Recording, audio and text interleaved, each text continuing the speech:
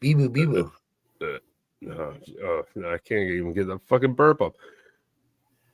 As I just swore. Oh, well, who gives a shit? Welcome in, everyone, and welcome to the Oregon Ducks live show here, right here on the Oregon Channel, the voice of college football. I am just humbly Ben. I've explained with Ben and Sam. Bibu still can't find where the hell his Twitter handle is out on his screen, and Derek still has a sad Christmas tree up there, but apparently they didn't pay the rest of the electric bill.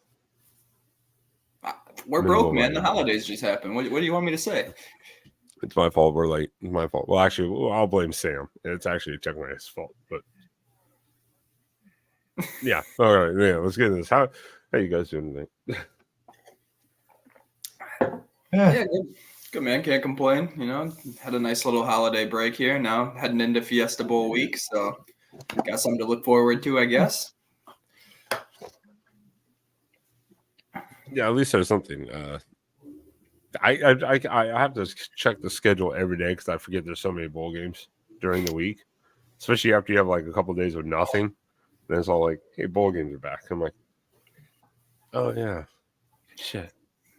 Yeah, like tomorrow there's one, I think, and then Wednesday there's like 4 or 5 again, and yeah. Is there only one tomorrow? Well, wait, there it is. Tomorrow, Wednesday. No, tomorrow there's 4.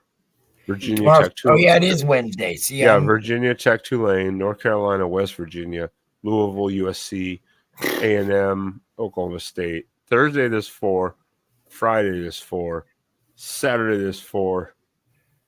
And then Monday there's obviously all 5, the 5, and yeah. So actually this week is loaded. Yeah, we actually, Thursday starts some pretty good games. Every night looks like they have 1 to 2 good games on for here on out. I'm curious to see that USC Oklahoma tomorrow That's night. what I was going to. No, the USC Louisville, and Arizona, Oklahoma. I'm interested in that one. I am interested in that one. Both of those are like, not so much the USC one. Sorry, USC fans. Don't care. But the Arizona, Oklahoma one, I'm kind of interested to see that one. Yeah, I'm wondering who USC is going to even start at quarterback. I forgot his name. Yeah, I just saw his name too, and I was like, I'm not familiar with the dude. I mean, obviously, I'm not deep into the USC depth chart, but I'm like, all right, well, good luck, I guess. Yeah, I forgot. I forgot. That might be a 7-6 game with Louisville. Louisville. They'll put up some yardage. You know that USC defense is like Swiss cheese. Miller, Moss. There. How did we not know good old Miller? Of course, the like got the new coming of Christ, Moss. How did we forget? The second coming of Jesus, Miller, Moss. Exactly. I should have known. Yeah. I take that back. They're gonna put up like 50 on Louisville. Yeah, there's Tony. The one best thing I really too was Cover 3 did their like bowl Nanza whatever preview, and they were like the thing with like Louisville's like favored by like 7 or 10 points, and they even said they're like, I mean they do they're betting odds. They're not like straight up pick, but they're a betting odd. And they were like, I guess the question for USC is like, how many fucks do they actually give to be at the same time? And I was like, that's really where it stands. Like, do they even care? It's tough, man, with the amount of people that are leaving for the draft and hit the portal, and you're coming off what was their record? This 7-5 season. Yeah, you know what I mean? It's, don't get me wrong, some of these young dudes, they got something to play for, you know what I mean? Like, yeah, they want to start to make a name for themselves. So I'm not saying they're not going out there not trying, but I'm like, they're not going to put out the best product or even close to it onto the field on Thursday. So that's a big thing. I mean, it's like, yeah, of course, you overperform the first year with that crap defense. Goes poorly. You get nothing out of that whole season. This year, all expectations. If you don't get this bowl win, literally people have left there 2 years in a row with absolutely nothing in the sense of it, like not a bowl win, not a conference title, nothing. Well, actually, I'm close to San Diego. That was one of the bowl games I planned on, potentially going to this year just to go. And then USC got in and all these departures started happening. And I'm like, it's not even worth it, to be real honest. So I wouldn't. yeah, it's not. It is what it is. I mean, let's go Jayhawks, though. Let's go. Laying it on them. It's halftime. It's halftime, I think. It should be. Yeah, they're at half. Okay, I was about to say, if it's not, I'd be like, damn, that was a quick halftime. 28-10 Jayhawks. Oh, to be expected. Those fighting Barry Odoms. That's actually kind of surprising. UNLV has been a shock year. I mean, Michigan hangs their hat on beating UNLVs at the beginning of the season, remember? Oh, God, don't get them riled up. I know they're in here. Don't get them I know riled they're up. in here, too. That's why I had to call it out, because they were like, remember, we beat UNLV. Well, I just have to call it out. So did San Jose State, so that's where we're at. Yeah, that was wild. All right. I don't have any notebook here anymore. I did a lot of deep clean today, and the notebook's actually folded up over there. So, as I saw in my email this morning for this show, there is no layout. There's no agenda. There's no talking points. You, the chat, in our conversation are going to be the driving force. But we only had a couple more. What do you want to say? A couple more commits in the recruiting and or transfer portal that I'm aware of, anyways. Mm-hmm. That I'm aware of. I'm trying to remember the big one's name off the top of my head. The flip organ head? No. Well, we did the flips. But then a couple days later, like 1 day later or 2 days later, we had another commit. And I'm trying to the running back. Well, no, we did the running back is the most interesting one, I think. I think it was another defensive guy. Oh, you're talking about Jericho Johnson. He committed the day after signing day. Yeah, okay. That's what I was trying. I'm like, D something. And I was like, oh shit, what was his name? There's too many damn names. It's so hard to keep track of all the players' names.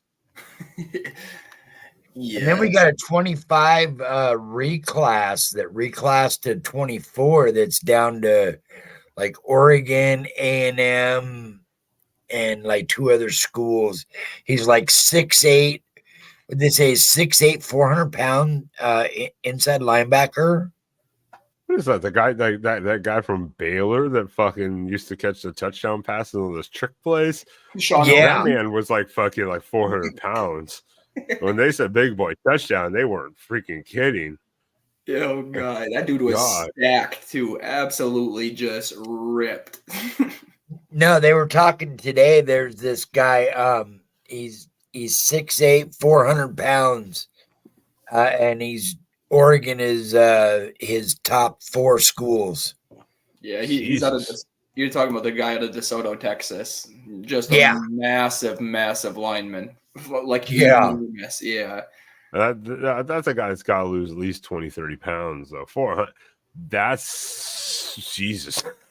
6'8", too. I know 6'8", but 400. Holy shit. Even at 6'8". Well, the lineman tonight, or not earlier today, the game with who's the game before Texas State. Texas State and Rice. Yeah, big old lineman, kind of backwards. They ruled it as a rush because it was theoretically a back pass, but it was like an halfback option out, and he caught it at like the 10 and ran it in. Well, yeah, that's why I was like, dude, that sounds like the guy from Baylor, the lineman or whatever, the tackle they used to have that would do like the little, like almost like there would be like almost like a tight end just seam route, but he was a tackle, so he was eligible. He would just run up the middle after looking like he was blocking, and just run the middle and catch it and like run like hustle in for like 10 yards and then be like, yeah. I was like, good Lord, no one wants to touch that guy. Dude, no one wants to tackle that man. He was big as fuck.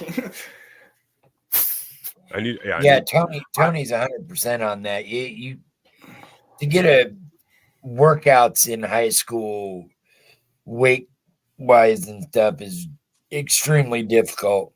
I need to look up that guy's name because I wonder what his stats were from Baylor. I don't remember what his name was. I should be remembering that guy's name right now. I'm wondering if you're talking about Sean Oakman. He was the dude. Yeah, it was Sean Oakman. I think he was like 6'6", 6'7", but he was like 360 or some shit like that. Pretty sure it was Sean Oakman. But that's right. He was a defensive end, but they put him in as tackle or something once in a while, or some shit like. Oh, that's why. 6'9". They'll put him on the ducked up workout powder. Now his thing only says he's 280. I don't think that. No. I think Sean Oakman was just their D end. But let me. I'm gonna search it. I'm just so fucking curious now. Baylor big man touchdowns. You just Google that.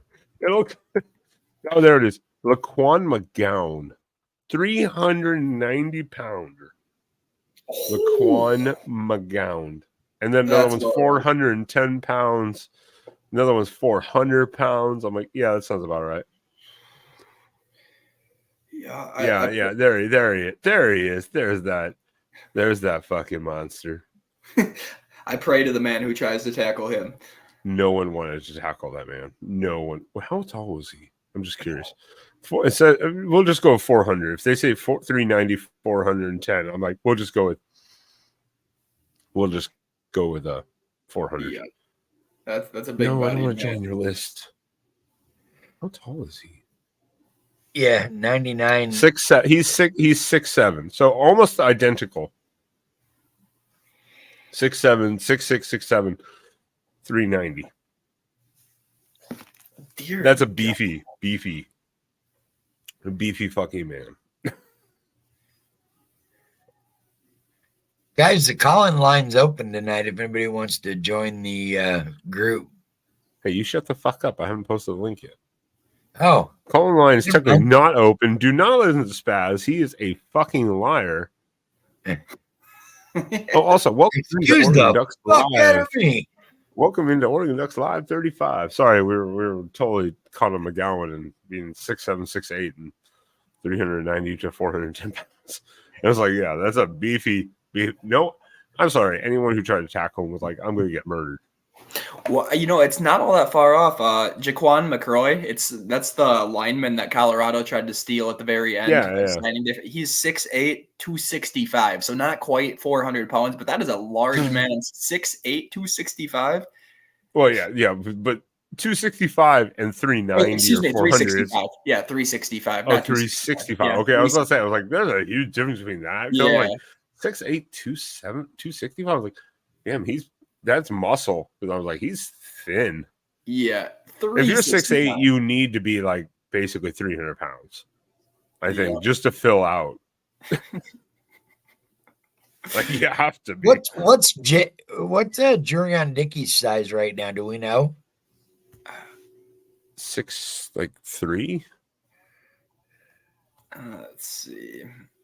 6'3", like probably 210. He's 6'2", 215. So yeah, right there. Okay. That's perfect size. 220. Yeah. Yeah, that's. I was gonna say if you're like 6 foot to 6 foot, you're like 5'11" to like 6'2" or 6'3". Anywhere between like 190 to like 220 is maybe 225, 230, depending on what if it's muscle or that's more than acceptable and perfect weight, like as an athlete. But if you're a lineman or whatever, yeah, you're gonna be. You got to put on those pounds, obviously. So here's my question, man. With the amount of work we've done in recruiting the last couple of years, well, over the last decade, as we've steadily, progressively gotten better in pretty much each class, and being ranked top 4, top 5 this year, where do you see this team going forward as far as, do you think this puts us in that Bama, Georgia, does it put us in that Ohio State, Michigan echelon competition-wise? You want to tackle it first, Ben? Well, I mean, I want to say the echelon because we need to see the production too. I think that's the one big thing. We need to see that production. But if you're already looking at it, I think we talked about it a little bit on, Sunday shows. Like right now, ranking wise, Oregon is, anywhere between like number 3 and number 5 in the overall national rankings, depending on what site you're looking at, composite, et cetera, et cetera. But in the Big Ten right now, already we're number 2, just in Big Ten ranking. So now if we see the production, we're like year 1, boom, year 2, you go in and you're playing for the title, at least the conference title. And then I'd be like, yes. I think we have to see this first year of changing conferences. If we were still at Pac-12 next year, I'd be like, yeah, we're there when it comes to Pac-12 and stuff. Nationally, though, I don't see why unless, with Dillingham and now Stein, you see the same production in the sense of recruiting. As well and we're starting to get bigger-sized guys as well. Yeah, and with Lanning and Lupoy, so I don't see why it would stop or change, but I think we need to see the production next year. But I don't see the recruiting necessarily stopping. I just want to see the production continue on the field, for me anyways, before I start saying upper echelon of stuff like that. Yeah, personally. In my opinion, we've seen plenty of schools have great classes. Like for example, Texas A&M, they had a 2-year. Yeah, exactly. Yeah. But if we can stack it, you know what I mean, and it continues. We have a couple top 5 classes in a year or in a row, in multiple years, and then you're like Ben alluded to, you're seeing the on the field production. You know what I mean? You're continuously finishing that top 1 to 3 of the Big Ten. Then I think which is something Oregon's never had. We've never had this high of a ranked class, one in general, let alone potentially you look at it, say next year. If this year, just say this average it. Let's say we're. The fuck was that? Someone just died upstairs, I think. Let's just say we're ranked number 4 overall nationally. Mm-hmm. We'll just average 3 to 5, whatever ranking you're looking at. We'll just say 4. Just leave it at that. If next year we end up with a number 4 or 5 class, then I would start to expect to see that bump. What the problem is, too, is now we're going to start going to that 12-team playoff, too. Mm-hmm. Now, if you're one of the top 4, of course, you get a bye and a home field event. That's going to change the whole dynamics of all that shit. And so no one knows how that's just going to go. Yeah, and I was going to say this. It's really hard to even have that conversation right now. It's easy to get hyped up over the class, and don't get me wrong, I'm excited. I'm thrilled. It's the best class we've ever seen, Oregon's ever seen in general. It's just you want to see the on-field production match what you're doing in the recruiting trail. So if there's some consistency, year after year, you continue to finish in that top, 1 to 6 range in the recruiting. That's phenomenal. You can match the on-field production. Then I'd say it's a conversation. But I would say right now, my short answer would be no. And that's not because I don't think they can get there or they're even there yet. It's just the fact that we haven't seen the on-field production match what we want to see quite yet. I think if we're having this conversation a year from now, maybe it would sound a little bit differently. But you're just right now, it's so hard to just assume that because you have a great class, you're going to have a great season, i.e., Texas A&M. If that was the case, they would have won 2 consecutive national championships and it wouldn't have been close. But instead, they had 2 dumpster fires, and they're starting over again. I'm about to find my way to Alabama and whoop some ass. If I keep seeing this 2008 Sugar Bowl comparison shit, Jackson, I've had it. Stop with that shit. Take that shit to Alabama. Keep it there. Misery loves company, Spaz. Yeah, well, he's been on this 2008 Sugar Bowl versus 24 Fiesta Bowl kick for 3 weeks now. Stop that shit. You're going to root that shit into existence. Then I'm going to have to fly to Bama and whoop your ass. It's all love, Spaz. Come on now. Yeah. We can only deal with the cards we're dealt. We got Liberty. It is what it is. I'm not, the more I think about it, the more I'm like, you know what, at the end of the day, it's a New Year's Six Bowl. So if things happen the way I think they should happen and then everybody else thinks they should happen, it's a New Year's Six Bowl. I'm taking it. No one's going to take that away. At the end of the day, a win's a win. The 2008 Sugar Bowl champions aren't looking back in the mirror saying, oh, we played shit competition. No, that was the year Boise State beat Oklahoma. Yeah, that's what I'm saying, though. That's what the New Year's Six Bowl is. A win's a win. If you can win that game, it's a win's a win. I don't care if you're playing fucking Liberty. I don't care if you're playing Texas A&M. I don't care if you're playing. But he's comparing Liberty to Boise State, is what he's saying. Yeah, see, look what he's saying. I'm just saying organization. I'm like, no, dude. I don't want that. I don't want that curse. Spaz is, dependent fanatic. He got it. Spaz is spazzing. He knows. Spaz is spazzing. It's fine. It's okay. Everybody take a breath. This team has nothing to do with that game. Liberty has nothing to do with Boise State. We're sitting here 16 years later. Everybody's fine. Take a breath. We'll be all right. Yeah, well, I've seen enough shit. See, Spaz, I think it'll be a little more toward like the 2007 Sugar Bowl when Georgia played an inferior G5 in Hawaii. Do you remember the score to that one? Oh, like 65-3? 41-10. Okay, yeah. See, what I'm saying is the trophy's in Georgia's case. It don't matter who the hell they played. New Year, you can only deal with what you're dealt. You know what I'm saying? Yeah. Yeah, that ain't nothing to stress about. I see people on Twitter talking shit. They're like, you got to play fucking Liberty. And I'm like, you know what? Yeah, it sucks. It's not a better, of course I'd like to play, like an Alabama or, a Texas or some of these top tier teams. But if we got to spank Liberty, Georgia gets Florida State. And, yeah. And you know what? I'm not there. Don't get me wrong. Florida State and Liberty, not on the same tier, clearly. But with the current roster of Florida State that they're sending into that bowl game, I think Georgia's probably looking at it very much in a similar light where they're like, hey, if we get the win, it's a win. That's what it is. That's all it is. Yeah. What I'm really curious to see is, how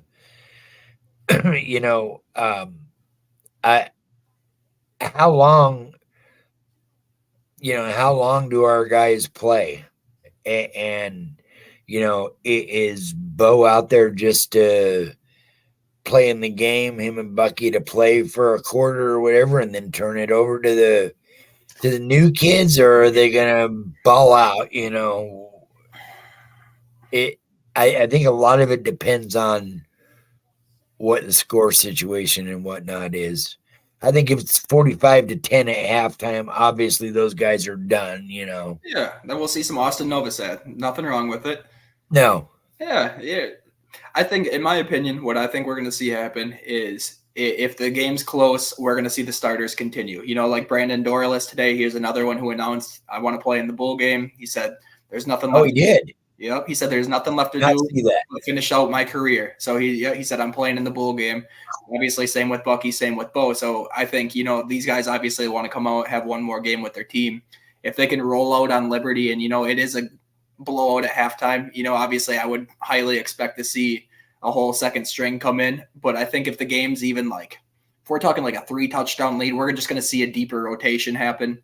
You know what I mean? So we'll see some of these Ashton Porters, on the defensive line, some of these young guys get some of these reps, maybe not stay out in there the whole game. I think there's going to be a nice rotation that we see happen, like the jury on Dickies. I expect to see him in the first half. That's not to say he's going to see significant reps. It's just the fact that they're going to rotate in a little bit deeper because they know they can, or, should be able to, at least, was what I should say. Yeah, exactly. Yeah, there's nothing wrong with seeing these freshmen get their feet wet. I'm excited for it. I mean, I'm sure you guys give me all the jury on Dickey you can throw at me. Okay. You can stop saying dick all night long. And notably, the first caller of the night in the call-in show, the chats, the StreamYard isn't the chat people, but the first caller is the bandwagon fan himself of the team that's run college football for about a decade and a half, Mr. Jackson Johnson, the Bama fan, God. wearing Notre Dame. Ooh. Jax, what are you doing, my boy? I got this jacket in 2016. So I was in Indiana a few years back, and I decided to get a little memento. I can respect it. Fair enough. Yeah. And also got some 2016 Cubs World Series stuff from there. Oh, Jax, no. That's a big no-no. Well, I'm no Cubs fan, no worries, but it's just the fact that the Cubs broke the World Series streak that year, and I wanted like something to remember it by. Fair enough, man. I hate the Cubs with everything I have, so it is what it is. I hear you though. Makes sense to me. I got a feeling you're a White Sox fan or Cardinals fan. Which is it? I'm a Brewer fan. I'm from Wisconsin, so yeah, I'm a fan. One of these days, if whenever the Brewers can get that World Series or slay that dragon, that's the NL drought. Win the NL. I'll be getting a little something from there just to kind of remember the year by. Even though I'm a Braves fan, of course. Oh, I hear you. Fair enough. I'll be waiting for that day patiently. I mean, let's be real. The Dodgers are going to screw up as always in the postseason, even with Shohei Ohtani. Yeah, living in the heart of Dodger country down here right now. So all I see is Dodger blue right now. It's kind of funny. Oh man, my closet is full of Dodger blue. Oh wow, I didn't know that, Spaz. I got Mookie. I got Mookie. I've got Cody Bellinger still. Kershaw. I got to get Ohtani next. Hey, Ohtani's awesome, man. I love him. I hope that you guys can get him a World Series. Treat him right, man. Treat him way better than the Angels did. Because I'm not even counting the 2020 because that was COVID year. And that's anything in that year is an asterisk. Those titles do not count. Well, I will say I came here to talk a little bit about that Fiesta Bowl. I got a feeling Liberty is going to regret being there. They're going to be like, SMU, want to take our spot? Yeah. To be honest, I was kind of hoping. The hope would be that. But where is SMU? SMU's they're not tomorrow. They're in the Fenway Bowl against Boston College, 10 a.m. on ESPN Thursday. Yeah. Thursday. Gross. I'll make sure to watch that. Obliterate Boston College. SMU is minus 10. I believe they're a 10-point favorite right now. If I'm not mistaken. I was really impressed with that Texas State game today with that cornerback that ran 2 pick sixes back. And he was originally from Dallas, went to SMU, and transferred this year to Texas State and got to play his final college game on his original college stadium at SMU Stadium. And got 2 pick sixes in the final game. Wow. That's pretty impressive. Talk about a full circle moment. Right? Well, Spaz, the reason why I've compared the 2024 Fiesta Bowl to the 08 Sugar Bowl was because Liberty is unbeaten this year, right? And in the 08 Sugar Bowl, Hawaii was unbeaten. Now, both these teams have not been tested at all this year. Now, I mean, Hawaii wasn't tested in 07. I mean, they had a bunch of close calls here and there, but then once they went up against the Georgia Bulldogs, Georgia smacked them. Yeah, I thought you were talking about the Oklahoma Boise State one. See, that's why I was no. When you get smacked, that was the Hawaii Georgia one because I was in Hawaii at that point. We'd gone back on deployment. We're like, go Hawaii. And then we were like, yeah, they're going to lose. And then the end of the first quarter, absolutely fucking trounced in Atlanta. Yeah, Oklahoma Boise State was the 2007 Fiesta Bowl. But I got a feeling Liberty's going to get really smacked by Oregon. You look at their schedule and it was just like, what? Yeah. No, there wasn't even a single Power 5 opponent. Close. No, their best wins were arguably twice over New Mexico State. And Appalachian State. Yeah, you can add Appalachian State in there too. I mean, even App State was down a little bit this year, comparing to their typical standards. But it's just there's levels to it, There's absolutely there's levels to it in the P5. There's a major difference between playing a Vanderbilt team and a Georgia and Alabama and Ohio State, a Michigan. You know what I mean? It's going to be something similar to that. They can prepare all they want. Their scout team, good luck to them. They're not going to be able to help them the way they're going to need the help. I think, we kind of talked about it a little bit last week. They would just need so many things to go in their favor to even keep this a competitive game, in my opinion. I don't see it happening. I know I love Dan Lanning as much as anybody. I don't see him letting these guys walk in there sleepwalking. I just don't see it happening. Yeah, I mean, you got to treat every game like it's the biggest game ever, because if you don't, it will bite you in the rear. Yes, absolutely. Yeah, and I mean, again, is Liberty going to put up their best fight? Of course they are. This is huge for them. Now that we're 5 days away? 6 days away, actually. 6 days, okay. 6 days away. So now let's, since we got you on our panel here, give us your preview prediction of your big game on New Year's Day. Oh. Well, I mean, we just got to make sure to protect our QB, Jalen Milroe, and we got to make sure we can do well on the red zone against that Michigan defense. And I will tell you something, Michigan is very disciplined. They do not have any penalties whatsoever. They have some, but there's not a whole lot. I think that it's going to be a 31-28 victory for Alabama against Michigan. But as for Oregon Liberty, I believe that's going to be a 38-10 victory for the Donald Ducks.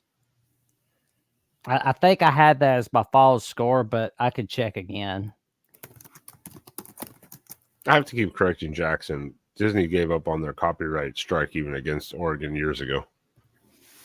They had changed they had changed the image enough where even after a while of like infringing on it, everyone's like, nah, never mind, screw it.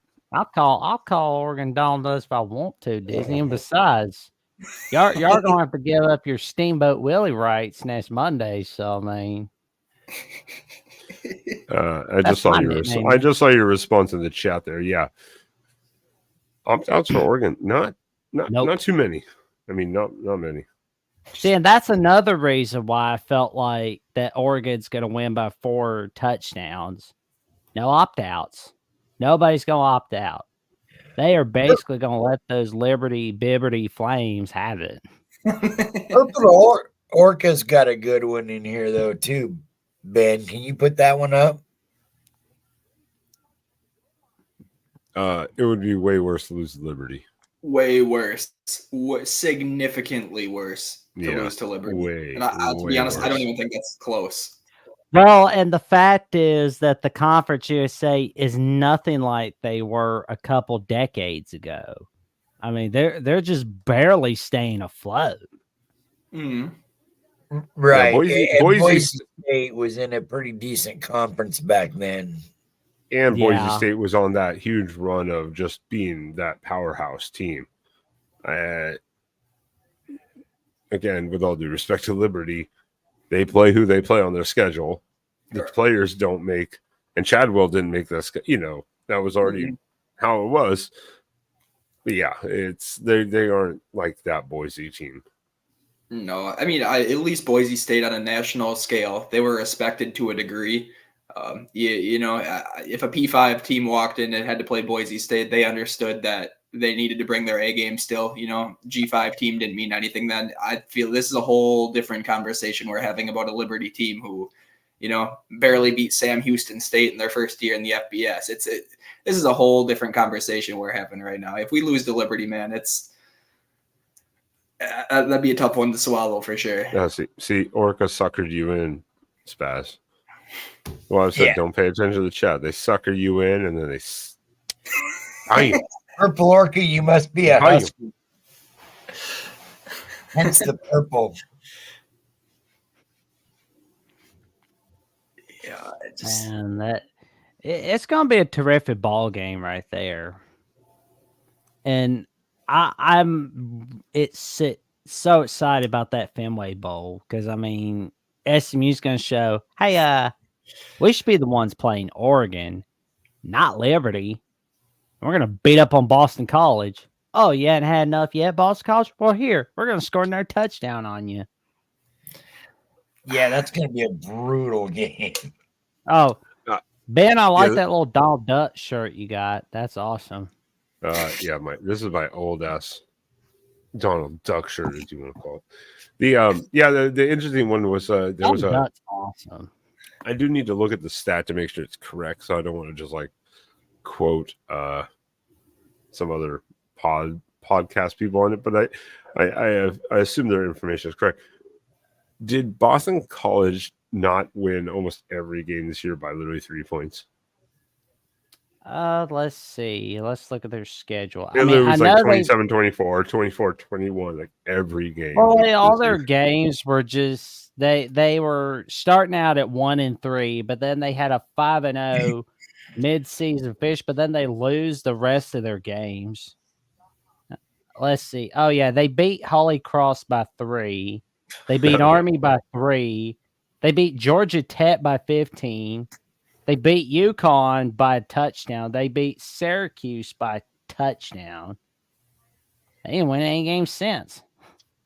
Oh, yeah. They had that close game with Florida State early in the year. I remember that one kind of went down to the fourth quarter. But man, they're not a good team. Defensively, special teams, they're not good. Yeah, Boston College gave it away with the penalties at the end. Yeah, they had 130 yards of penalties in that game or something ridiculous in that game where it was that was disgusting. You guys are killing me. Sounds like the early season Oregon Ducks, honestly. I think we had 4 games this year with over 100 yards in penalties. So, yeah. The Eagles had 18 penalties against Florida State. Oof, yeah, that it was a lot. Horrible. It was a lot. it was just bleh, yuck. Yeah. I can't believe that's going to be a conference game next year. That's the thing. Regardless of who wins SMU Boston College, that's going to be a revenge game for the loser. Which is why I know we were touching on this last week briefly about some of these weird conference matchups we're going to see. But yeah, to consider that a conference game is still absolutely mind-blowing to me. I still can't believe Oregon Maryland's going to be a conference game. That's what I was. We were talking about that with Illinois, Rutgers. Some of these games. Oregon, Rutgers, and New Brunswick, New Jersey. Can't wait to get it on. Oh. Yeah. Oh man, that's funny. The battle of Nike versus the battle of Under Armour. Oh man, yeah, I'm excited for those though. I'm really excited for some of these just matchups that we don't typically get to see. I'm ready for it. Maybe we can make Oregon Maryland a rivalry next. The Ducks and the Turks. Battle of the aquatic animals. Luckily, with Washington, USC, and UCLA, I think we've kept our rivalry. Plus, with Oregon State still being on the schedule, we've kept our rivalry. Hopefully, the Big Ten doesn't try to engineer some wacky bullshit coast to coast rivalry game or something like that. Hold up. This is a question that you have up on the screen right now that I actually had the thought of today. An FBS team goes undefeated, beats a top 10 team in their bowl game. Does Liberty claim a national championship? Doesn't mean I think it's valid. Doesn't mean you guys think it's valid. But do they claim it? In my opinion, they have an argument. It's not a great argument, and it's actually a pretty garbage argument, but it's there. I'd still prefer to. Good God, this is the fuck coming back to get me. I still hold UCF's claim national title more deserving. Oh, don't get me wrong. I'm not saying there's any warrant to it. However, no. I think there is an argument that some Liberty fans could have. I mean, what more? No. I mean, well, that's why when people make fun of the UCF one, we're like claiming the national title in what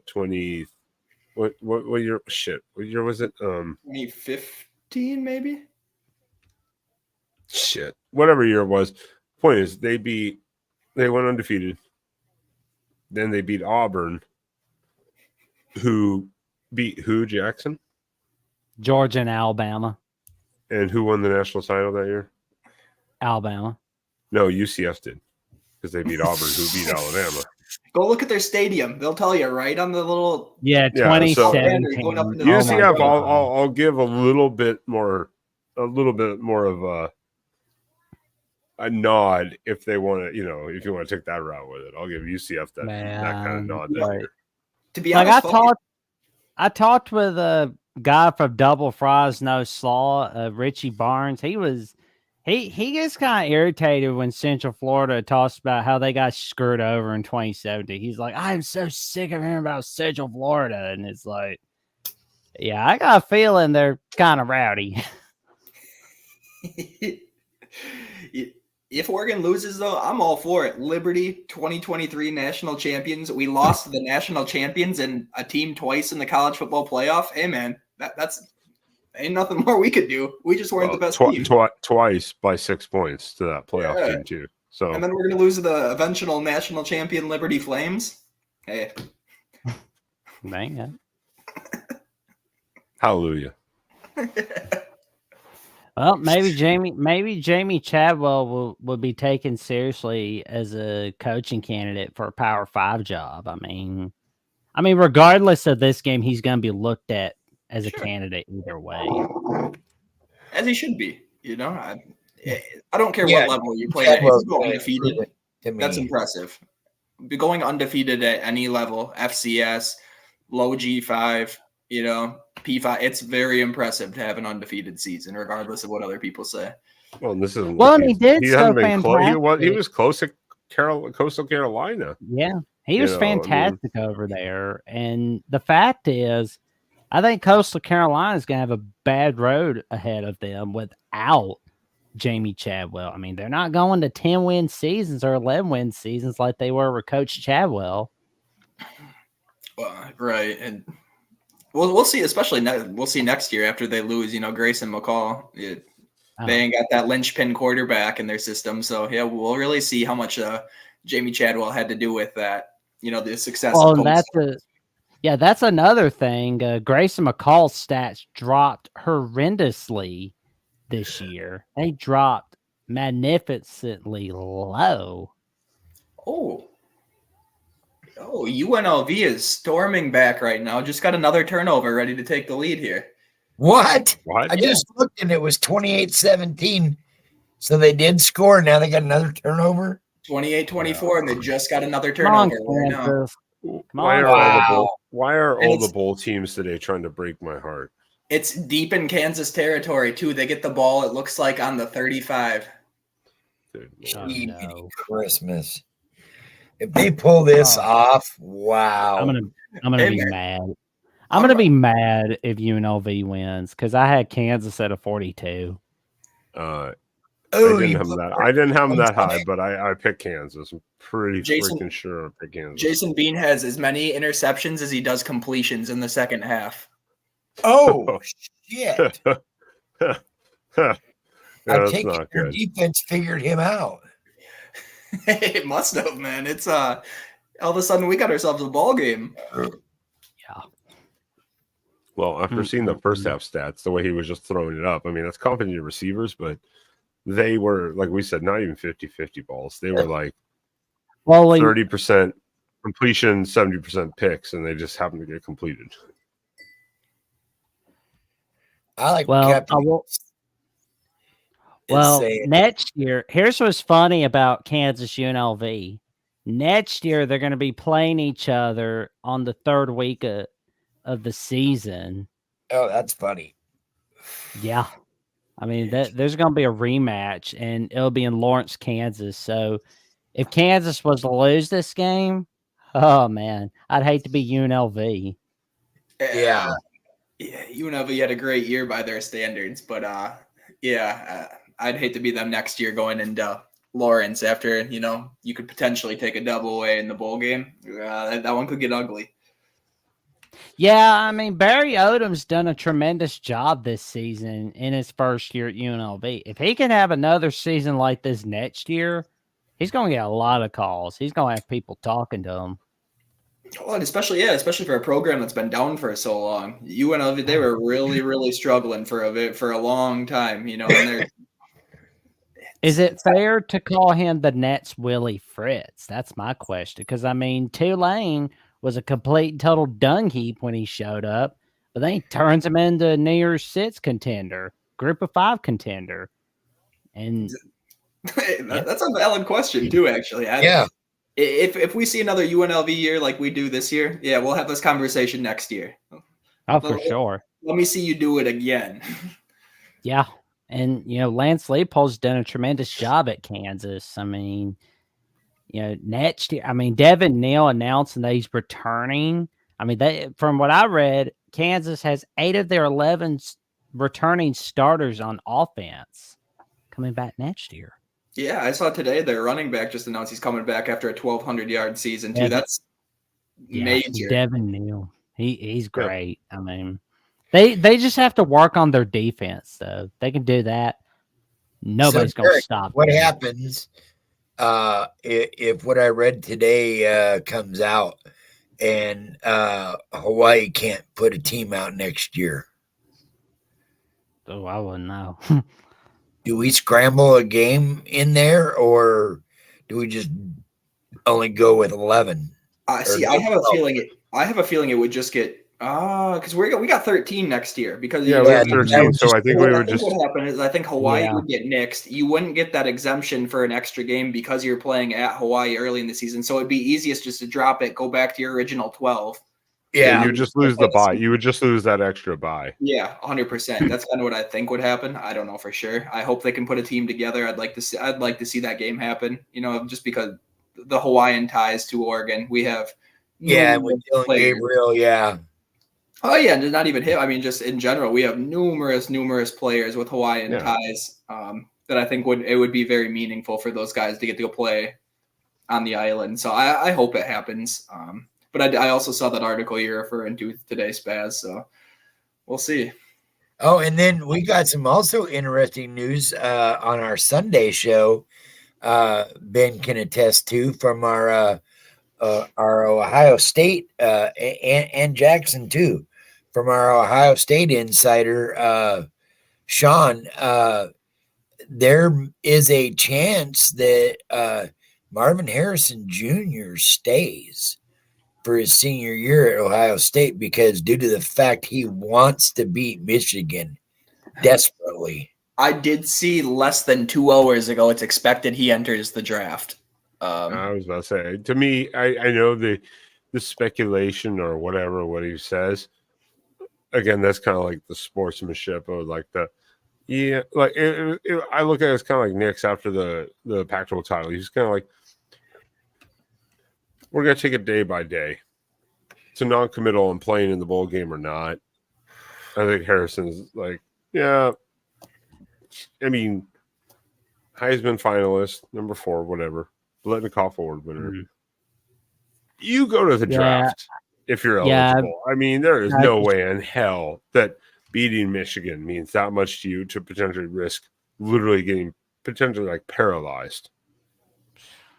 Revenge against my rival means a lot to me. It does to these kids in college, man, especially in your super. It's like the Alabama, Auburn, Michigan, Ohio State. Those kind of games. Those kids don't want to go 0-3, 0-4, whatever versus their rivals. It just sticks in their craw for their lifetime. Well, unfortunately, he is going to go 0-3 in his career against Michigan and just move on to the NFL. Like, That's the ordeal. What if you went 0-3 against your rival? Like, think about that. I'm taking my petty, I'm petty, but that many millions of dollars, I'm taking it. I know Marvin Harrison is not exactly hurting with NIL and family money. I understand that. Well, then, goddamn it, we need Bo Nix to somehow get another year of eligibility because he needs to beat Washington. That's all I'm saying. Right? No, he's gone. I would bet $100 right now to anybody who wants it. He's gone. He is going to the NFL. I'm very confident in that. I understand you want to beat your rivalry. Your rival. I understand you want a conference championship and you want this stuff in college. But this man's gone. He is gone. For me, it's forget the conference title. I won't beat my rival. Yeah, this is the other one too. It's like in like Ohio State right now doesn't even really know who their quarterback's actually going to be next year. I say go get Cam Ward or Diego Pavia from New Mexico State. But the point is they don't know. So why would you risk it to come back to not know? And that's the thing too. He only has, what are we looking at here? 15, Devin Brown's 20 days to decide. Yeah, it's if they need to get that figured out. Their quarterback situation. I think if there's any chance they're going to need a top level guy. They're going to need like a Cam Ward as a player. He's been trending heavily to Miami as of recently. So, I mean, I don't think it happens. Obviously, we're going to see some late cycle guys jump in here, probably some names that we don't expect. But it's just because that's even in question. I mean, what's it worth? You know what I mean? If your dream's to play in the NFL, you don't know who your quarterback is. You've done everything in college individually that you can do. You know what I mean? I understand he's lost to Michigan, hasn't beat them, but at the same time, like, he's a generational talent. I don't think anybody's going to sit here and argue that. Sure. You got to go. You got to go. Well, I will say, though, I am loving the quarterback room that Oregon's got next year. I mean, Dylan Gabriel and Dante Moore sitting there waiting in the wings for 2025 and beyond. That's going to be pretty neat right there. Yeah, we talked about this last Tuesday, too, because in 2025, we have Akili Smith Jr. coming in. Oh, wow. For that class. So, yard loaded. That's the one, man. That's the one I've had my eye on. I'm ready for that one. I mean, there's going to be a year of development that needs to happen once he gets on campus, I'm sure, but I'm ready, man. It could be set up for at least 4, 5, 6, 7 years, potentially with quarterback. I'm like, oh, that'd be so nice to not every year have to go, now who's it going to be? Now who's it going to? Is he coming back? Yeah, I don't think we're going to have to worry about that after this year. I hope not. I hope not, man. If you really think about it, the last 10 years, Oregon's had a lot of quarterback turmoil between bringing in Vernon Adams and Dakota Prukop and Anthony Brown and Bo Nix now and Dylan Gabriel and Dante. It's just the list. I forgot about Dakota Prukop. Oh, yeah, that was a good one. The old Montana State legend. Yeah, you weren't here last Tuesday when we went over this whole – because I actually forgot Anthony Brown somehow. I totally forgot about Anthony Brown. I don't know how I forgot Anthony Brown's name. Totally forgot about him.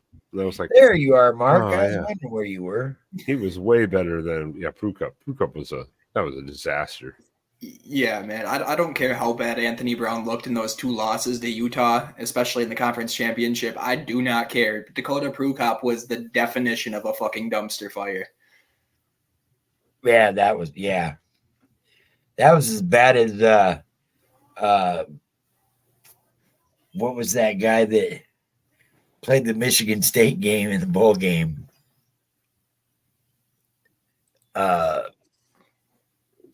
No, I think you're thinking TCU. That was Lockie. Yeah, Jeff. Well, there was Lockie, and then there was that was Vernon Adams, and then there was Lockie, who took over for Vernon Adams. Yeah, and then there was the other one that didn't play much. That was the special teams field goal holder a lot. Braxton Burmeister? No. Taylor Ollie? Oh, maybe Ollie. Yeah, maybe Ollie. No. Fudge. Spaz is going deep in the depth. I was about to say, I was like, we're going third stringers. Like, come on now. No. He was the backup to I want to say Mariota. Brian Bennett. There was Brian Bennett, and then there was the other one too. I have no idea who that was. Yeah, I was about to say, I was like, Bennett, I don't know, buddy. We're going deep now. All right, yeah, I was about to say, you're if you can't think of who the fuck it is, shut the fuck up. Hey, Tony got it. Nate Costa. That was back up to Darren Thomas. Bro, you are way off on your timeline. I know. I'm like, what the hell are you talking about? That was Darren Thomas's backup. And Costa was not that bad. If you watch him play in that system with Chip Kelly, he was not that bad. Not compared to Lockie or Crew Cup or even Ollie. Jeff Lockie Jr. Costa was not that bad. Costa was not that bad. Yeah, exactly. See, Costa actually won us. Costa had to win us a game here and there. Same with like Bennett. I was like, dude, Bennett was not that bad. No, we had special packages for Brian Bennett. We had a two QB package. Not that bad. I was about to say Nate Costa. Yeah, that was his last year was 2010, I think.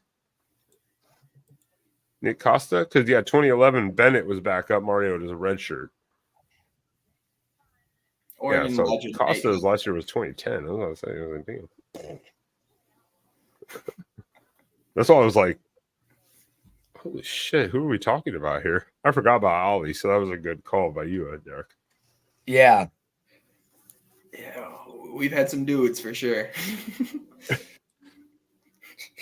Who's our third and fourth string quarterback right now? I've forgotten already again. Brock Thomas and someone else. I don't even remember what his name is. Yeah, man, it's every year we get a couple of those dudes who you see on the side. Brock Thomas, yeah. I was like, I can't remember that many people's names. Oh, did you guys see the practices with Maga today, just slinging the ball? Dude's got a cannon.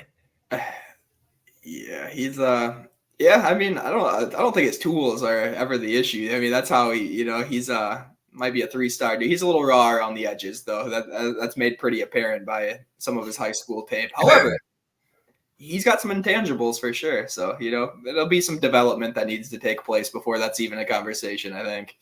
And then on the defensive end in practices, that kid picking off Bo in practice this week. I'm not sure. Who are we talking about? The cornerback that is expected to be a starter or whatever next year. Sion, the JUCO transfer? Fields. Dakota Fields. Oh, okay, yeah. Okay, Dakota Fields. Yeah, it's Oregon's gonna have a young roster next year. It's gonna be 2 years consecutively where we see a lot of young dudes take some meaningful reps in the season. We got a lot of dudes between Aaron Flowers next year. I think Braden Platt will get some playing time next year. Jeremiah McClellan will probably get some playing time next year. Aiden Breland, I would expect to get some playing time. Elijah Rushing will probably play similar to a Mateo this year. Be a young team still. You guys are killing me. This is 2 shows in the last 3 weeks that I've been on or whatever, that I've given away my tickets that we don't win many games to, and we're beating a quality team tonight. This sucks. Maybe because you go, that's why they lose. We've only won 7 games this year, so. Yeah, so it sounds like to me, Spaz, you got to stay off the court. I'm telling you. That's why I don't watch college basketball, because every time I watch the Ducks, no matter how good they are, they lose. And I'm just like, I'm sorry. They got so many injuries right now. Oof. Yeah. Ooh, wow. This is not a basketball show. Relax. I'm just, it's like every time I watch a game, though, they lose. I'm like, I won't do that it's again. Funny because one thing I see with Dana Altman is he always seems to let his young guys and whatnot not play a lot till like Pac-12 season starts, and then the team shows up miraculously, Yeah. Oh, we'll see. It's been a very up and down year so far. But Mookie Cook is expected to play next week, so that'll be interesting. So far on the show, we've covered the Dodgers and the Ducks basketball. See what happens when we don't have an agenda, Ben? Well, you guys never follow. Spaz doesn't follow the agenda or written timeline or script, anyways. And then last week we were getting Harper flare from the FA earlier. That's Sriracha's coming back. Oh, that Sriracha's coming back to kick my ass. Oh, geez. All of a sudden again. What a shit show we got going on here. Second Poor Jackson just sitting down there wondering what the fuck's going on with these guys. Well, no. Last week, me and Derek, everyone was like, "Hey, you need to do a call-in show. You need to do a call-in show." We did a call-in show. No one's calling in except for Jack. Alabama folks like to cheat on their sisters. I didn't say anything. I'm just gonna smile and wave. Oh, Jesus fuck. Jackson, any comments? No comments. I don't do that kind of stuff. That's for sure. That's a no. No, just your football players do. Oh man. Oh yeah, what was the one I saw this week at one of those? The old lineman where he's out giving out the doing the naughty, doing the STD, and he's spreading the dirty wealth. He's spreading the clap to everybody who he can. Oh, that's not like a clap, but no. I mean, something's clapping. It's not your hands, and oh man. Oh no, I just hope that guy is nowhere near our roster. Well, if Alabama comes down with a massive case of syphilis, I guess we're gonna find out, huh? We'll find out what's really going on in that locker room. Yeah. Oh man, Saban's gonna get mad. He's gonna be like, "What are you doing?" Well, at a minimum, he could have wrapped it. You know what I'm saying? Oh yeah. Oh man, some of the college football news that comes out in this like down period, it's my favorite. Everything's a story right now, but that was not one I was expecting to see come across my feed the other day. Yeah.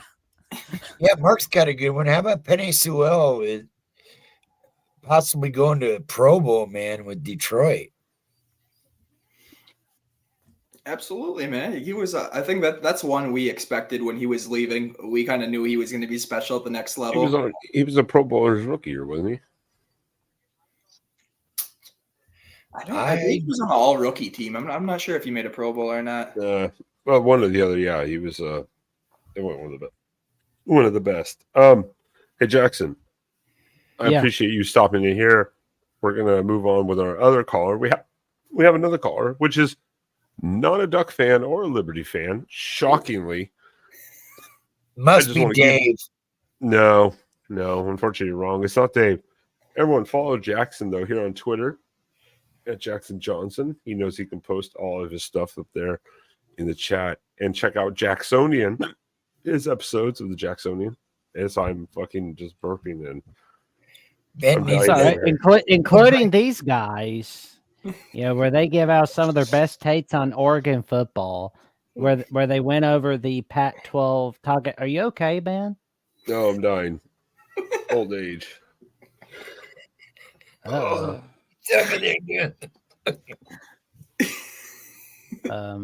Okay. I just got a little worried there for a moment, man. I worry every time I step onto the show. Oh man. Well, you can check me out on YouTube at Jackson Johnson 979. You can also check me out on Instagram and Threads, and of course, right here on this link on Twitter, where I just kind of run my mouth about what's going on in the college football NFL world, amongst other things. But most importantly, I just kind of talk about what an idiot Roger Goodell is. I love it, man. I appreciate you stopping in, man. It's always a good time. Oh man, it's an honor, man, calling into Oregon football at the Voice College Football, especially tonight's edition of Duts Live. It's one of a kind. I'll leave it at that. My go-to, that's for sure. I'll take that as a compliment. Yeah, it is, Mark. Yeah, I've dropped the link a couple times. It's in the chat there somewhere, Mark. All right, Jackson. I appreciate it. And we'll be in touch on the Discord as usual. My God. I'm going to disappear for like 5 minutes. This is killing me. Oh my God. Sunday show on the After Dark. There we go. It's going to be fun. All right, Jackson. Thank you, Jackson, for posting that. Thanks a lot, man. Appreciate it. You're welcome, gents. See you, Jax. See you, Spaz. See you, Derek. I'll see you later, Ben. All right.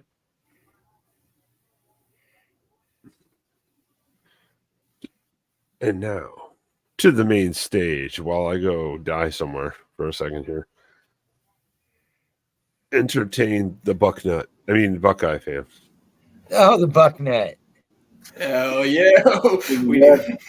I just heard Ben complain that there was nobody calling in, and I felt a little bit of pity. So it's a pity call. I can respect it. No, I'll always enjoy it. My favorite duck. How's it going? You survived the holidays, Sean? Yeah, it's been good. I'm here in Milwaukee. So, yeah. Slightly background than you might be used to seeing me on, but no, it's been a lot of fun here. I unfortunately I went to the gym with my brother today. My brother's 5 years older, and the lady at the desk asked if I was his dad. So nice little ego check for you. Nice little to the ego here. I'm like, dark, that light, but guys, how are we feeling about our about this Fiesta Bowl? Should be a cakewalk. Yeah, man. Like I was kind of alluding to it earlier. It's like I said, you can only deal with the hands you're dealt. You know what I mean? So yeah, it sucks we're playing Liberty in a sense. But at the end of the day, a New Year's Six Bowl is a New Year's Six Bowl. You know, if we can go out there and get it done, like I think we're gonna do, I'm gonna have no complaints about it. You know, we should go out there, beat them by about 4 or 5 touchdowns. I'm hoping. But you know, it's college football, man. Anything happens, I suppose. This will be the 10th year since the New Year's Six format was introduced, where Group 5 got automatic representation. And so far in their 9 trips, the Group of 5 is 4-5, and they have not been eliminated in any of the games. They've been all the games they've played competitive, and so I mean, this is not really a spot to take too lightly. I know they're like 17.5-point favorites, and Liberty might be a step down from some of those other teams, but funky things happen here. Yeah, teams expecting to play big games and against blue bloods, and then you just show up and it's the other team's biggest ever played in their program, and motivation's really hard thing to. Yeah, I don't see this as a Tulane USC game from last year. If we were playing SMU, who it should have been, I would have been a little more leery. Mm-hmm. But Liberty, looking at their schedule and the teams they played, and there's nothing even close. They played 0 Power 5, 0. Yeah, and there's not even really a quality group of 5 team in that they won. Yeah, I mean, it really is a laughable. And I agree, it should have been SMU. SMU proved that they are worthy of that shot. Then, Texas. I want to ask you: were you a little bit surprised with the Jeremiah McClellan flip? A little bit. Yeah, did not see that. The USC one I could see, but yeah, the flipping a player from Ohio State is kind of shocking.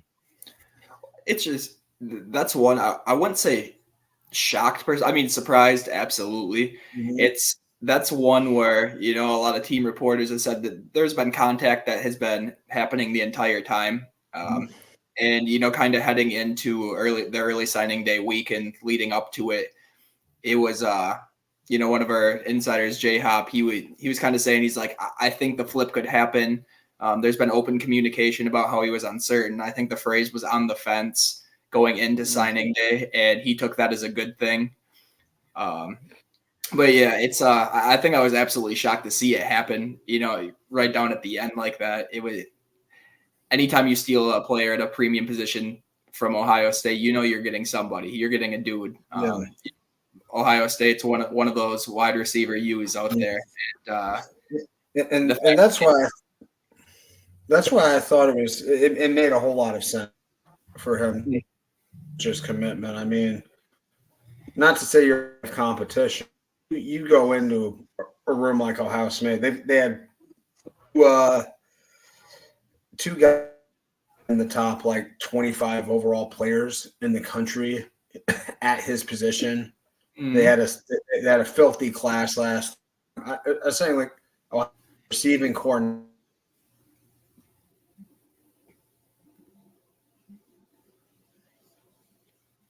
Oh, yep. Probably that receiving core will have the highest. Will probably be the best by recruiting rankings in the history of college football.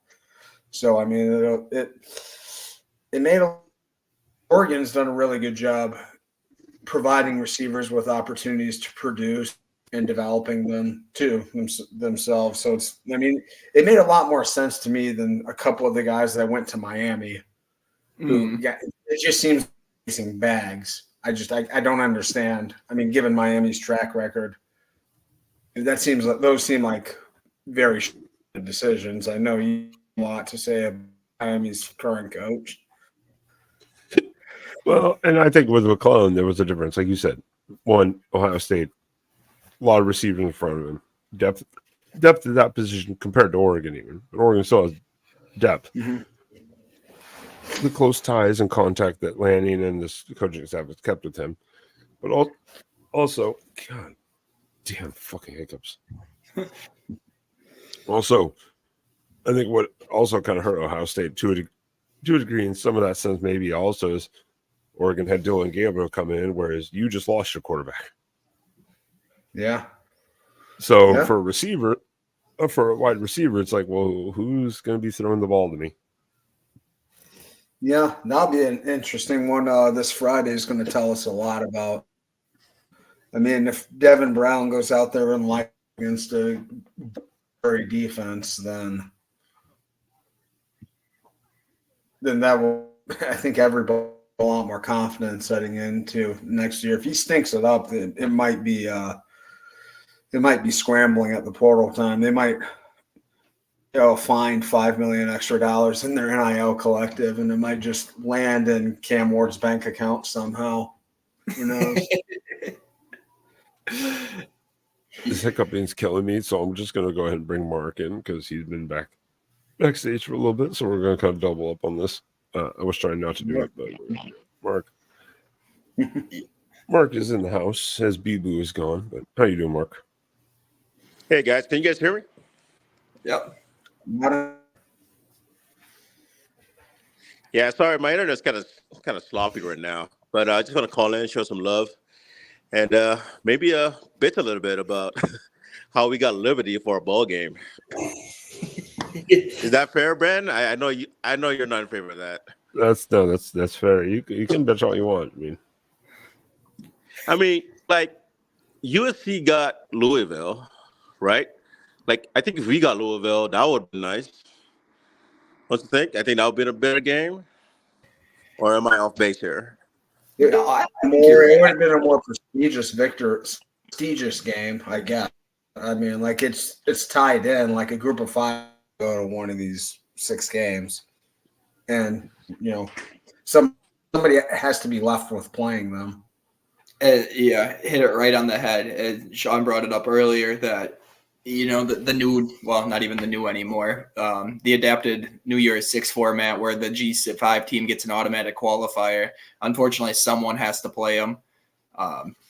It sucks. It has to be us. It really does. I would love to play, a Florida State.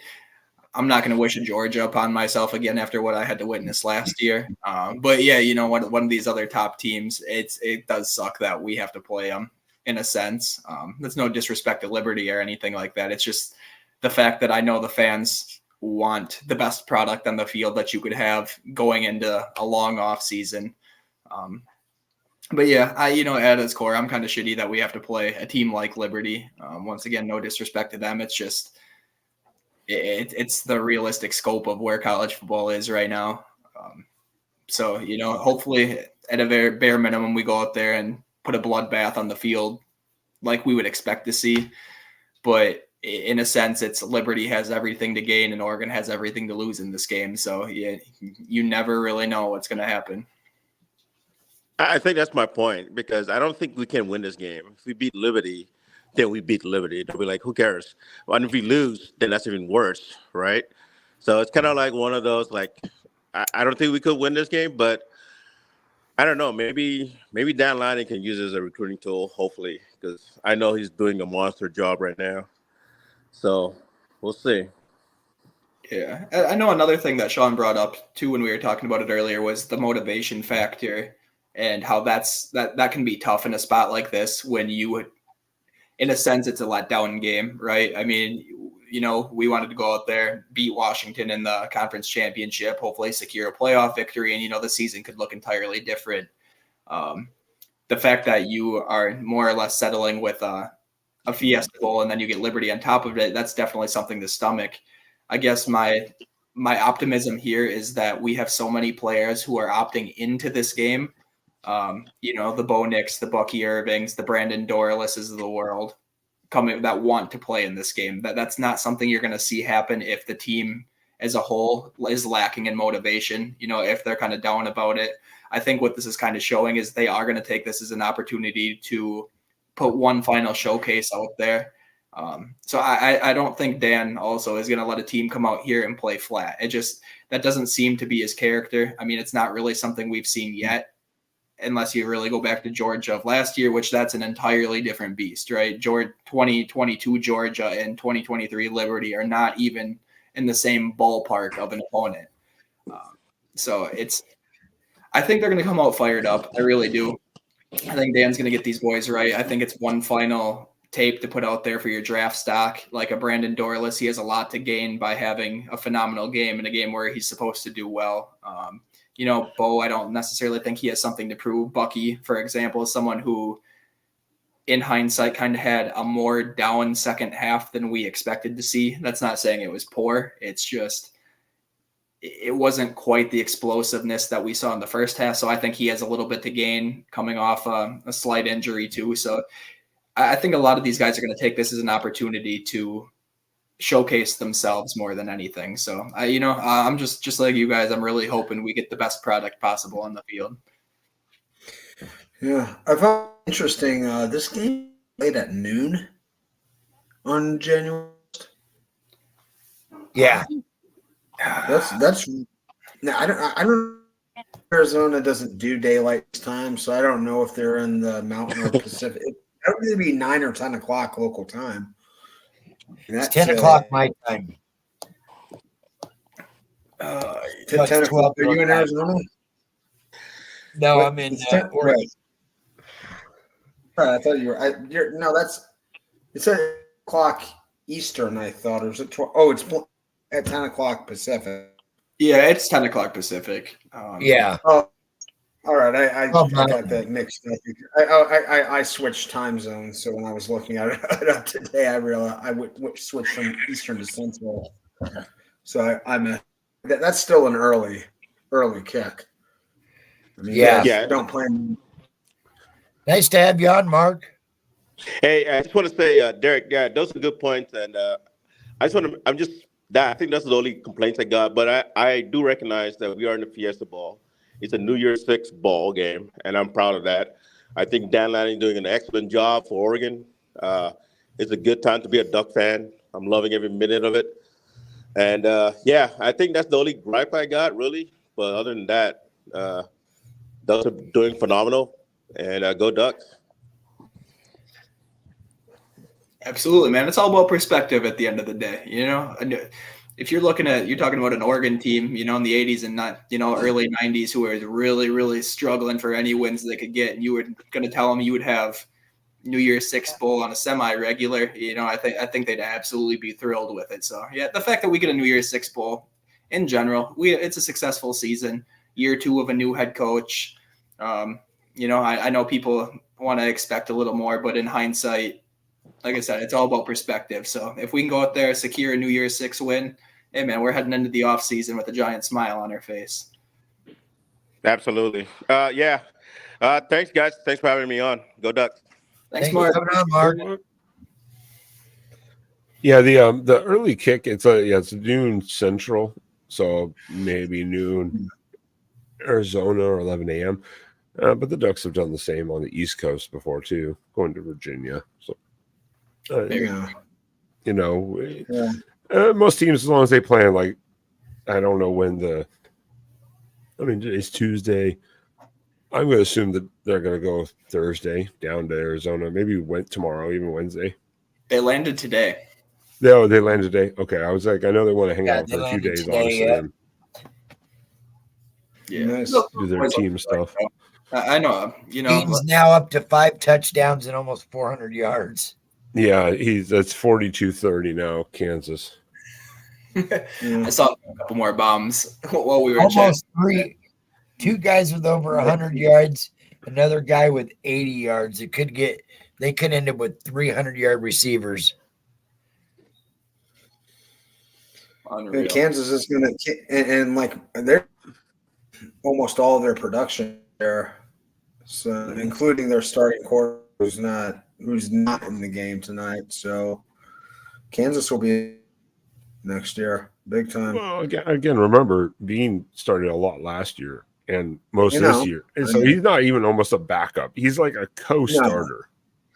No, I'm not saying that, but Daniels does have a high. There's no question about that. Like, he is a more electric. So I mean, that's fair. That's fair. But if they had been coming back, and I'm not sure if eligibility left or not, but if he was a starting quarterback next year, I'd say the same thing. Like, they're all like it'll be a dynamo. Hard to say. Not often you say football. Mind you, where Kansas was, 4 and 5 years ago, these guys were absolutely bottom of the barrel. You might as well call them an FCS school. They were hot garbage, and all of a sudden they're turning into a real contender. Remember, I think they stormed the field. I think they stormed the field after they beat an FCS team. After a walk-off field goal. Or a group of 5 team, they stormed the field as for like one of their first victories ever. Like in a couple of years, they were like they lost like 20 games in a row. They were almost like Detroit Pistons level bad at that point. You know, 27 in a row, new record. There we go. I went to college about like a mile and a half from where Palace used to be. And that was in college back. That was in their glory days. To go into work, Billups and Ben Wallace, Rashid. That was a fun time to pull for them. Long time ago now. I wonder what the issue there is the players, or if it's Monty Williams is that bad of a coach. They've had a lot of like draft picks. They've had a lot of capital and a good amount of fix to turn this around. For the G, it has not all. So good God, Kansas is winning by 12, but they've got 17 penalties for 201 yards. Jesus, that's horrible. You're on mute. Yeah, if I just saw it's game over anyways. Kansas just got the ball back after a 4th and 1 passing incompletion. They got the ball back in midfield already. I saw that they tried to throw a friggin' bomb on 4th and 1, and that was not close. Yeah, and Kansas had the ball back. That's some UNLV shit right there. Yep. Yeah. Both of those programs, though. I mean, Berkeley, Dyers. I think UNLV. I looked it up. I counted. I think they've had 4 winning seasons in like 50 years as a program. It's not very many. It's rough. I did not realize they were quite that bad historically. I knew they were I think 10 wins would have been a record for them. If they would have won this game and gotten to 10, I think that would have been a record for them for most wins in a year. Jesus. Yeah. I mean, it's kids off the strip, I guess. I don't know. Yeah. So awesome. Guys, how excited are you about the transition to the Big Ten, though, next year? I'm stoked. I think it'll be fun. Who do you claim to represent in this bowl game? Are you representing for the Big Ten in this game? One more in the pack, man. Until it's Pac-12. Yeah, it's they'll have the pack patch on their chest, so one final pack game, I guess. Yep. However, I am very excited to get that Big Ten patch on the jersey and get cracking in conference play. So I'm absolutely ecstatic for it. I mean, especially I'm excited to go to Camp Randall next year. I'll absolutely be there. I'm hoping to catch a game in Eugene as well. So it's should be a fun. You need to fly up for October next year for Ohio State here. Yeah, man. We'll see where I'm at. That's definitely a possibility. I've always wanted to get out to the country. Never actually been in Oregon. You guys are what, like an hour 20 from Eugene or something, or from Portland, something like that? Or it is? I'm in Portland theoretically. I'm just across the river. I'm about hour and a half, 2 hours from Eugene, depending on traffic. Yeah. There's a lot to do in Portland. I know that's a pretty neat city. Just don't look around much. Just go downtown, you're good. Yeah, just don't look around much. We won't go into that conversation, but cool. All right. Well, I'm gonna head out. Get strip clubs up here, though. I will trust your expertise in that issue. Spaz. Come on up, I'll show you around. Be careful on that trip. We'll have a good drunken time. Yeah. But yeah, all right, man. Stopping in, man. Thanks for giving us a call. No problem. Enjoy your guys' work. Or whatever you call it. See you Sunday. Yeah, work, whatever. Peace out. Sean, I'm dying over here. Someone just put me out of my misery. Yeah, man, you've been going at it since you jumped on the cam before the show. Yeah, he's dying over there. We had this is why I don't like to eat or anything beforehand. Rush to do it. And I'm like, oh yep. No. Kansas just had another 40-yard touchdown. Another 40-yard bomb? 44 yards, yeah. Man, he's gonna hit near 500 yards for this game. He's 437 yards, 6 touchdowns. 6 touchdowns. My God. He's gonna have all the Kansas bowl game records. So he has touchdowns of 60, 40, 44, 15, 43. 4 touchdowns over 40 yards is wild. You know if he's done. Yeah, man, it was a nice pipe dream while it lasted. Yeah. So I was like, does every bowl team today hate me? Thank you, Kansas. Thank you. At least we got an entertaining game at the least, right? Is there any other final thoughts on the Fiesta Bowl? Because, of course, we went over it before, but just to kind of touch upon it briefly, is like the keys for Oregon. I think the one big thing we talked about before was to not allow a potential embarrassment. Is we just have to stop their quarterback running. Contain. I mean, that man has like 1,000 yards rushing. You cannot let that guy go free. No, it's got to contain. That's it. I mean, I don't think that. I mean, don't get me wrong. When I say this, I'm not saying they're not good. I'm just saying there are absolutely levels to the shit. I don't quite think they have the playmakers to keep pace with an Oregon offense that we expect to put up some serious points. Like I alluded to last week, so much would have to go wrong for Oregon. They would have to turn the ball over. They would have to stall. They'd have to have red zone failures. Conversely, Liberty would have to have their quarterback run absolutely wild. Their wide receivers would have to have some of the best games of their careers. Their offense would never be stagnant. They damn near would need to score every time they're on the field. Touchdowns, not field goals, are going to win the game. Defense would have to limit the big plays. That's a tall task given, some of the playmakers that are going to be in this game. And their top defensive players are out, 2 of them. Yeah, their top cornerback is out. He elected to hit the portal, so he will not be playing. So that's a big loss for Liberty. It's Oregon's wide receiver. You could point out that Troy Franklin's not playing. I would point out that that's currently one of the deepest positions that they have on the roster. Especially given the fact that they want to get Jurion Dickey involved in some capacity for the first time. I expect we're going to see some Kyler Casper get in the game.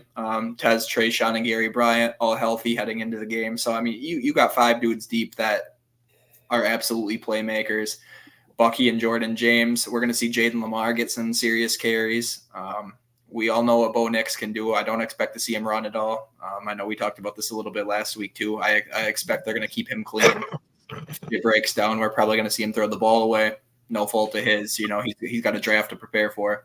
It just – I don't know, man. Too many things would have to go wrong for Oregon, and too many things would have to go right for Liberty to keep this a game, I think. Yeah. Yeah, because the line right now is 17.5. Yeah. Oregon. One thing I will say, whenever Oregon's had anything like what it seems like a ridiculous number, they cover that. The only one they didn't cover was Washington. Yeah, and this isn't Washington. And that was 9. That was 9.5. But when it's been 14, 17, 20, 21, 24 points even, they've covered it easily. Yeah, I remember early on in the year when it was it ended at 20.5 against Colorado, and everybody was like, "Oh my God, that's ridiculous!" Like Vegas is doing, and then they come out and they beat them by 36 points. It's Arizona State was like 14. They beat them by like 30. Yep, Stanford was 32. the same. That was 18 yeah, when it closed. They had a slow first half, finished the game out. I think it was a 42-6 game too. So it's typically they do with what they're supposed to do to. Bowl games bring out weird stuff though, so I'm not gonna sit here and say we're gonna beat them by 30 points, but if you're Oregon, that's what you want to see, even if it's boring. That's what you'd prefer to see if you're an Oregon fan. Is just be like, yeah, you're not on our level. But is that going to happen? Probably not. I'm not going to say that's going to happen. That's not going to happen. If you're not an Oregon fan, you want a competitive game here. Let's be honest. The country wants to see a good game happen. The country is rooting for an upset here. I mean, I root for every underdog almost possible when we're watching these other games play. Hence, excuse. Jesus, man. Oregon. Now you're passing it. We need to get the hell out of here. Yeah, I know. That's why I'm like, oh, yeah. It's not going away. No matter what I do. Score prediction time. Oh, fuck! I forgot about that. Jesus! I haven't even given that a fucking thought. I have not even given that a thought at all either. Do I have a score prediction tab? Oh no, I got rid of it because the season ended. Hold on. Okay, hold on. Hold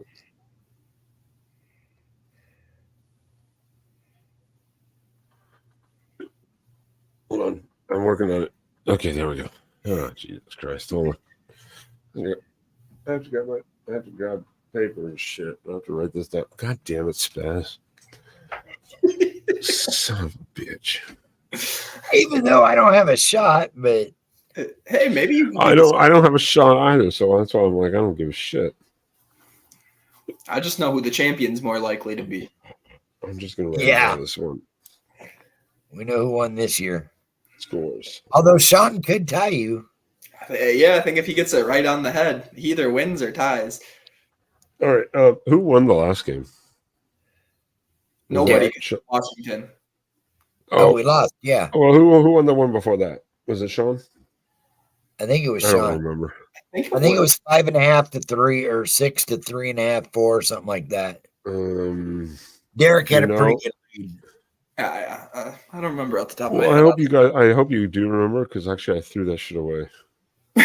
Well, it's over. Derek's the champion. I actually wrote the show on my notebook and I threw it away and I didn't think about it. Well, I'll just go back to the last screenshot. Since no one won Washington, I'll just scroll. Fair, yeah. I do know it was like 5.5 and 3.5 and like 2.5 for you, Spaz, and 0 for me. So something like that. Yeah, it's close. All right. Well, we're just gonna do this. Spaz, Sean, me, Derek. How about that? In that order.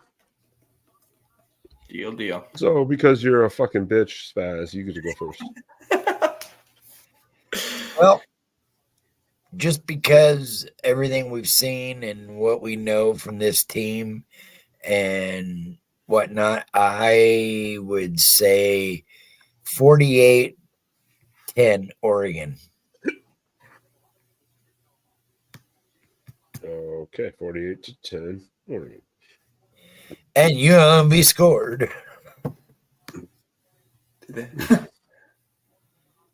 Good for them. Yeah. So the former Cookie Man, he's taking a knee tonight. Again, this is a tough one to gauge, but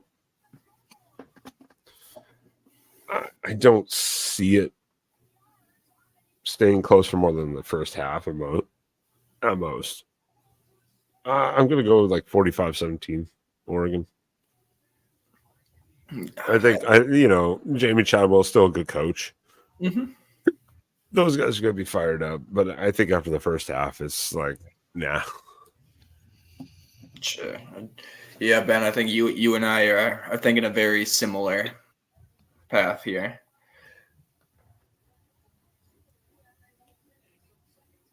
You're gay? Hey, man, don't discriminate. I think I'm going to go with something like 42-21.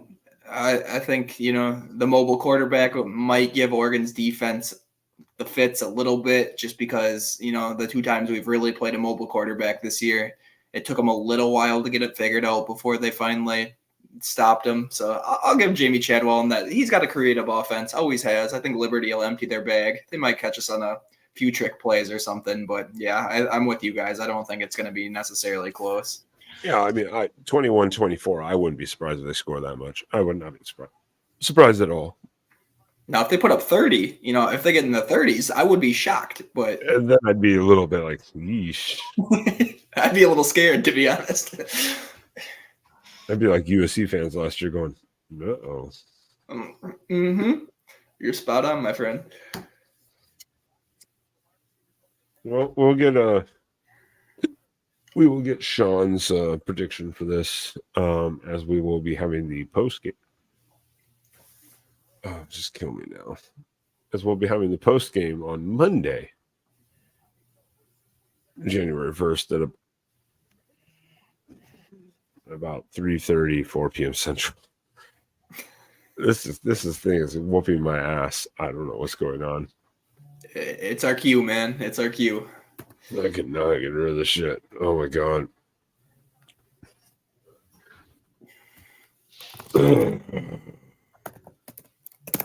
I'm dying. So, for everyone, please appreciate it.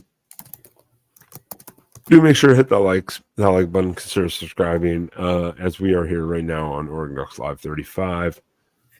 And we'll be here live for the Oregon post-game show again on Monday the 1st, following the game within about 30-40 minutes, hopefully.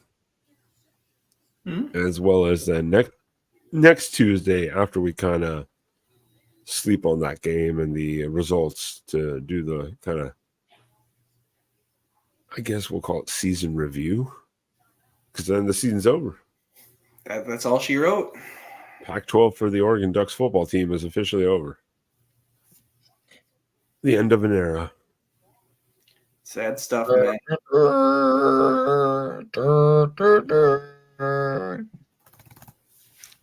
So please, not only this video like and consider subscribing to this channel, but check out all the main channels on the Voice of College Football. Derek, please, where can people find you over there? Right here, man. You can find me on Twitter at Wait Who's Derek. As always, love interacting with you guys. I always have fun answering and talking to you guys through the DMs. So, yeah, give me a follow. It's a great time.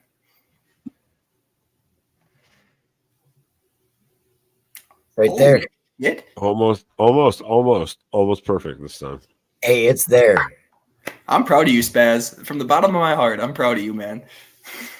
Thank you. Rocky Classic on Twitter, Instagram. Find me on TikTok. I'm all over. Twitter Spaces, Oregon Twitter Spaces. I'm on there a lot. Derek's on there, but he just never says anything. He just pops in and listens. I'm usually working, man. Sure you are. What do you do for work? I work in therapy. That's right. You said that. Yeah, you're like a massage therapist, right? Or how the fuck would I do massage therapy through a computer? No, man, I do like talk therapy. Like you should probably go. You can come talk to me, Spaz. I got you. Oh, Spaz could use some of that.